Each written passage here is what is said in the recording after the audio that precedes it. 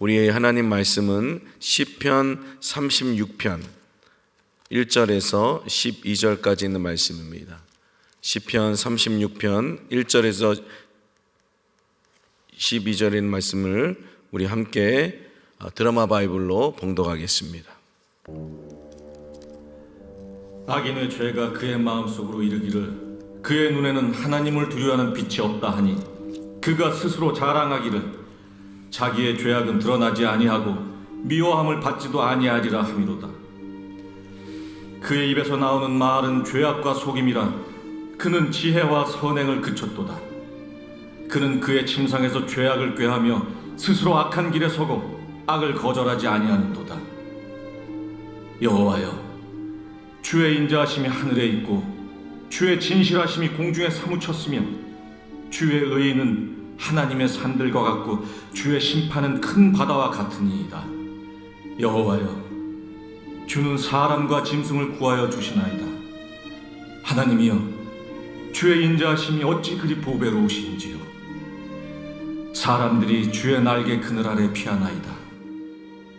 그들이 주의 집에 있는 살진 것으로 풍족할 것이라. 주께서 주의 복락의 강물을 마시게 하시리이다. 진실로 생명의 원천이 주께 있사오니 주의 빛 안에서 우리가 빛을 보리이다. 주를 아는 자들에게 주의 인자하심을 계속 베푸시며 마음이 정직한 자에게 주의 공의를 베푸소서. 교만한 자의 발이 내게 이르지 못하게 하시며 악인들의 손이 나를 쫓아내지 못하게 하소서. 악을 행하는 자들이 거기서 넘어졌으니 엎드러지고 다시 일어날 수 없으리이다. 아멘. 오늘 시편 36편에 있는 말씀을 통해서 하나님을 경외하는 삶이라는 제목으로 말씀을 나누겠습니다. 시편 36편은 총 세 단락으로 나뉘어집니다. 첫 번째 단락은 1절부터 4절까지인데요. 하나님을 경외하지 않는, 하나님을 대적하고 하나님을 떠난 인생들, 악한 자들이 어떤 모습으로 살고 있는지를 잘 그려주고 있습니다. 그리고 5절부터 9절까지는 하나님을 경외하는 의인들, 믿음으로 사는 사람의 모습, 그리고 신앙의 고백을 담고 있습니다. 그리고 마지막 10절에서 12절까지는 악인을 심판하시고 의인에게는 놀라운 은혜를 주시는 하나님의 내용들이 담겨져 있습니다. 오늘 말씀을 통해서 우리 안에 있는 모든 악한 요소들을 끊어내고 우리 안에 하나님을 경외하는 그런 의인의 삶으로 충만하시는 복된 시간 되시기를 예수님을 간절히 축복합니다. 먼저 우리 1절부터 4절까지 있는 말씀을 함께 내용을 좀 생각하면서 함께 읽겠습니다. 시작. 악인의 죄가 그의 마음속으로 이르기를 그의 눈에는 하나님을 두려워하는 빛이 없다 하니 그가 스스로 자랑하기를 자기의 죄악은 드러나지 아니하고 미움을 받지도 아니하리라 함이로다. 그의 입에서 나오는 말은 죄악과 속임이라. 그는 지혜와 선행을 그쳤도다. 그는 그의 침상에서 죄악을 꾀하며 스스로 악한 길에 서고 악을 거절하지 아니하는도다. 아멘. 오늘 1절부터 4절까지는 이 악한 자들, 하나님을 대적하는 악한 자들의 모습에 대해서 그리고 있습니다. 여기 1절에 보니까 악인은 마음으로부터 하나님을 두려워하지 않는다라고 이야기합니다. 악인의 죄가 그의 마음속으로 이르기를 그의 눈에는 하나님을 두려워하는 빛이 없다라고 선언해요. 여러분, 악한 자들의 모습이 어떤 모습입니까? 하나님을 경외하지 않아요. 경외하지 않는다는 것은 뭐냐면 하나님을 인정하지 않는다는 거예요. 인정하지 않기 때문에 하나님이 하시는 모든 말씀에 대해서 귀 기울이지 않습니다. 그리고 그렇게 살지도 않습니다. 그리고 관심도 없습니다. 그게 악한 자들의 특징이라는 거예요. 그리고 두 번째는 2절에 나옵니다. 그가 스스로 자랑하기를 자기의 죄악은 드러나지 아니하고 미워함을 받지도 아니하리라. 마음에서 하나님을 경외하지 않고 그들은 입술로 하나님을 경외하지 않습니다. 심지어 하나님을 두려워하지 않아요. 하고 싶은 말 다 한다는 거예요. 여기서 스스로 자랑한다는 것은 자긍한다는 말, 교만한다는 뜻이에요. 여러분, 믿음이 좋은 사람들의 특징이 뭐라 그래요? 겸손이라 얘기합니다. 반대로 믿음이 없고 악한 자들의 특징은 무엇입니까? 자긍하는 거예요. 교만하는 거예요. 그래서 말을 들어보면 저 사람이 믿음이 있는지 없는지를 어떻게 확인할 수 있냐면 내 이야기하는 사람들은 백발백중 다 교만한 사람들이에요. 여러분, 우리가 하나님의 사랑으로, 하나님의 은혜로, 예수 그리스도의 십자가의 대속으로 구원받지 않았습니까? 여러분 믿으십니까?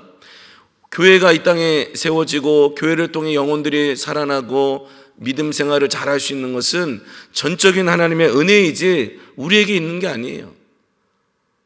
근데 자꾸만 우리 안에서 어떤 일이 생기냐면 인본주의, 사람에게 중심을 두려고 하는 거예요. 사람에게 포커스를 맞추려고 하는 거예요. 이 악한 자들의 입술로 얘기하면 자랑하는 거예요. 그리고 죄악은 드러나지 않아. 이 죄악은 절대 들통나지 않아. 그리고 나는 절대 미움을 받지 않아. 나는 사랑받을 거라고 착각하며 살아갑니다. 세 번째 3절에서 이렇게 얘기하죠. 그의 입에서 나오는 말은 죄악과 속임이라. 그는 지혜와 선행을 그쳤도다. 악한 자들은 또 어떤 삶을 삽니까? 지혜와 선을 그쳐요. 사람을 살리지 않아요. 오히려 사람을 죽이는 대로 향하게 합니다. 그리고 그들의 입에서 나오는 모든 말은 죄와 소금이에요. 그래서 시편 1편은 이렇게 얘기하지 않습니까? 악인들의 꾀와 죄인들의 길과 오만한 자들의 자리에 앉지 않는다. 악인들의 이 행태가 아주 적나라하게 오늘 본문에 드러나고 있어요. 지혜와 선행을 무시하는 거예요. 잠언 2장 20절에 보니까 이런 말씀이 있어요. 지혜가 너를 선한 자의 길로 행하게 하며 또 의인의 길을 지키게 하리니. 아멘. 한번 따라 하실까요? 지혜가 선한 자의 길로 행하게 하며 의인의 길을 지키게 하니. 아멘.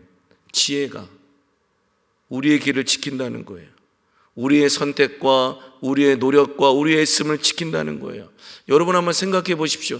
열심히 봉사하고 열심히 섬기고 열심히 했는데 아무런 열매가 없어요. 사람이 살아나지 않아요. 여러분, 사람이 막 회복되지 않아요. 여러분, 얼마나 가슴 아픈 일입니까? 그런데 지혜가 임하면 선한 자의 길로 행하게 되고 의인의 길을 지키게 한다는 것. 우리 마음을 지키게 하고 우리 입술을 지키게 하고 사람들을 살리는 그 일을 할 수 있다는 것. 그런데 악인들은 이 놀라운 하나님의 지혜를 무시한다는 거예요. 이 지혜가 그쳐졌대요. 선이 그쳐졌대요. 그리고 4절에서는 그는 그의 침상에서 죄악을 꾀하며 또 4절 하반절에서는 스스로 악한 길에 서고 악을 거절하지 아니하는다. 여기서 꾀를 보인다는 것은 구체적인 계획, 카운셀링, 계획을 세운다는 거예요. 여러분, 악한 자들은요 오히려 우리 선한 자들보다 주도 면밀합니다. 죄를 지으려기 위해서 계획을 세우고요, 실행하고요, 구체적으로 행동으로 옮기는 거예요. 이게 4절까지의 악한 자들의 모습이에요. 마음으로 죄를 짓고 입술로 죄를 짓고 지혜와 선을 무시하고 거절하고 그리고 심지어 구체적인 계획을 세워서 주도 면밀하게 그 길을 향해 갑니다. 그런데 5절부터 9절까지는 의인들, 하나님을 믿는 자들의 신앙의 고백이 담겨져 있습니다. 우리 5절부터 9절까지 있는 말씀을 한번 같이 읽겠습니다. 5절부터 9절까지 시작. 여호와여, 주의 인자하심이 하늘에 있고 주의 진실하심이 공중에 사무쳤으며 주의 의는 하나님의 산들과 같고 주의 심판은 큰 바다와 같으니이다. 여호와여, 주는 사람과 짐승을 구하여 주시나이다. 하나님이여, 주의 인자하심이 어찌 그리 보배로우신지요. 사람들이 주의 날개 그늘 아래에 피하나이다. 그들이 주의 집에 있는 살찐 곳으로 풍족할 것이라.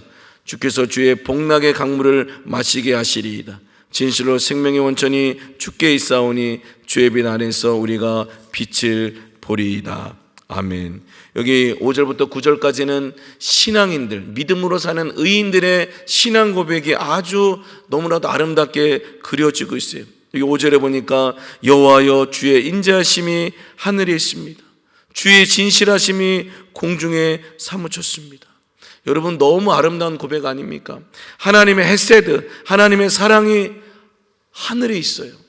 그리고 하나님의 진실하심, 공의하심이 공중에 사무쳤어요. 너무 악한 세대를 우리는 살고 있다고 말합니다. 정치를 보고 국제 정세를 봐도 너무나도 아픈 사건 사고가 너무 많이 일어나고 있어요. 그런데 오늘 이 시인은, 이 의인은 하나님의 사랑이 하늘에 있고 하나님의 공의로우심, 하나님의 공평하심이 이 공중을 덮었다라고 이야기하고 있습니다. 여러분 믿으십시오.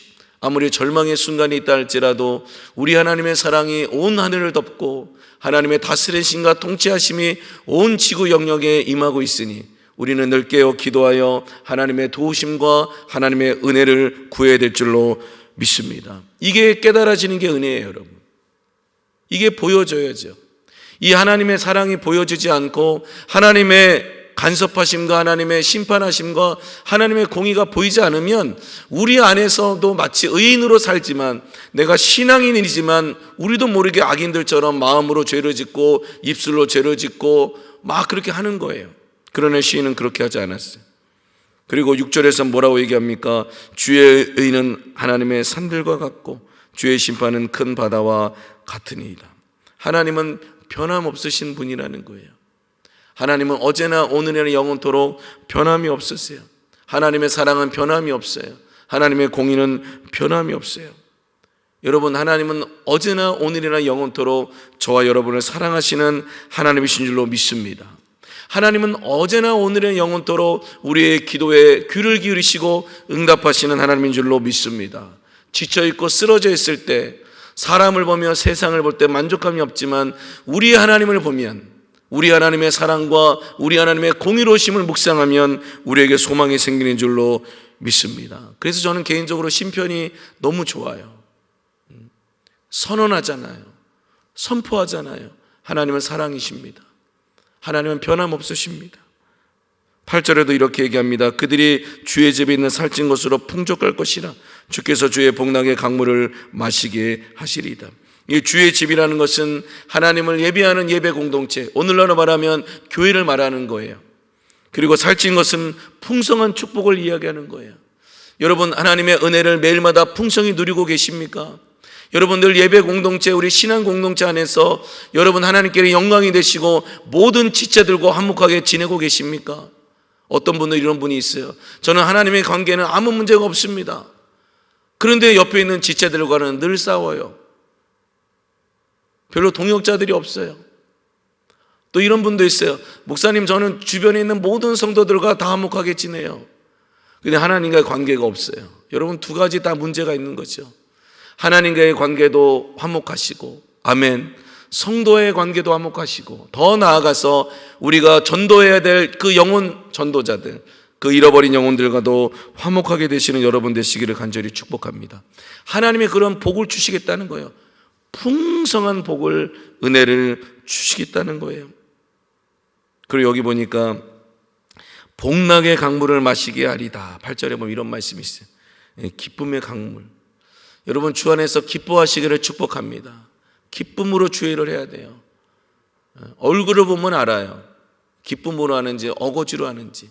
예배도 마찬가지예요. 여러분, 기쁨으로 예배하셔야 돼요. 그러면 기쁨으로 예배하는 자의 특징이 뭡니까? 자유함이에요. 기쁨은요, 자유함이에요. 좋아하는 거 하는 사람들은요, 자유예요. 저는 게임을 하지 않습니다. 저는 게임을 하지 않아요. 근데 여러분, 게임을 하는 우리 아이들을 보면요, 얼굴이 얼마나 기쁜지 몰라요. 여러분, PC방에 가보세요. 우리 아이들이 게임하면서 우거지상으로 막 게임하는 애들 없어요. 그 좁은 공간에서 몇 시간 동안 그 대부분 PC방이 지하에 있잖아요. 그 별로 공기도 안 좋은데 그 들어가서 조그만 의자에 앉아 몇 시간 동안 애들이 막 얼마나 기쁘게 게임하는지 몰라요. 여러분, 우리 인생은요, 주 안에서 복락의 강물, 기쁨의 강물을 주님이 우리에게 주셨으니 이 기쁨을 마음껏 누리시는 여러분 되시기를 예수님을 축원합니다. 아멘. 기뻐해야 돼요. 기뻐해야 돼요. 그리고 9절에서는 진실로 생명의 원천이 주님께 있다라고 고백해요. 생명의 원천. 하나님은 우리의 생명의 근원이 되십니다라고 고백하는 거예요. 그리고 주의 빛 안에서 우리가 빛을 보겠다라고 선언합니다. 우리 주님은 밝히시는 하나님이잖아요. 어둠을 밝히시는 하나님, 죄를 드러내게 하시는 하나님. 그러나 세상 사람들은 죄를 지적하고 죄를 정죄하지만 우리 하나님은 드러나는 그 죄를 통해서 예수 그리스도의 보혈로 깨끗이 씻어주시고, 아멘, 우리를 수술해 주시고 봉합해 주시는 참 좋으신 하나님이 우리 하나님인 줄로 믿습니다. 그리고 이제 마지막 10절부터 12절까지를 통해 이제 의인들과 악인들을 심판하시는 하나님을 묘사하고 있습니다. 우리 마지막으로 10절 12절 말씀을 읽습니다. 시작. 주를 아는 자들에게 주의 인자하심을 계속 베푸시며 마음이 정직한 자에게 주의 공의를 베푸소서. 교만한 자의 발이 내게 이르지 못하게 하시며 악인들의 손이 나를 쫓아내지 못하게 하소서. 악을 행하는 자들이 거기서 넘어졌으니 엎드러지고 다시 일어날 수 없으리이다. 여러분 12절을 보십시오. 악을 행하는 자들이 어떻게 된다고요? 거기서 넘어졌으니 엎드러지고 다시 일어날 수 없으리이다. 악인들의 득세가 커 보이는 것 같아요. 세상은 악이 판을 치는 것 같아요. 그래서 우리 믿음으로 사는 사람들이 너무 연약한 것 같아요. 교회가 너무 힘이 없는 것 같아요. 근데 아니에요, 여러분. 성경은 단언합니다. 악인들은 다 무너진다는 거예요. 악인들은 일어설 수 없다라는 거예요. 그리고 반대로 의인들은 흥왕하고 의인들은 일어나며 의인들은 하나님의 승리의 깃발, 여호와 니시의 깃발을 들고 세상 가운데 승리를 선포하게 될 줄로 믿습니다. 그러므로 오늘도 우리가 붙들어야 될 이름은 하나님이세요. 하나님을 바라보고 하나님을 의지하는 자에게 하나님의 은혜가 임한 줄로 믿습니다. 말씀을 맺겠습니다. 하나님을 경외하는 삶, 하나님을 붙드는 삶은 어떤 삶입니까? 하나님을 경외하지 않는 이 악한 악인들의 행동을 경계하며, 또한 오늘 5절부터 9절에 있는 이 믿음의 사람들이 고백해야 될 그 신앙, 하나님의 사랑은 영원합니다. 하나님은 생명의 근원이 되십니다. 하나님은 빛 되신 분이십니다. 하나님은 어둠을 밝히실 것입니다. 하나님은 죄인들을 못 일어나게 하실 것입니다. 그럼 마침내 하나님은 의인들을 이 세상의 정중앙에 세우셔서 믿음으로 사는 자들, 의인으로 사는 자들에게 가장 좋은 것으로 채우실 그 하나님을 오늘도 기대하시면서 오늘도 믿음으로 승리하시는 기쁨에 충만하신 하루 되시기를 예수님의 간절히 축복합니다.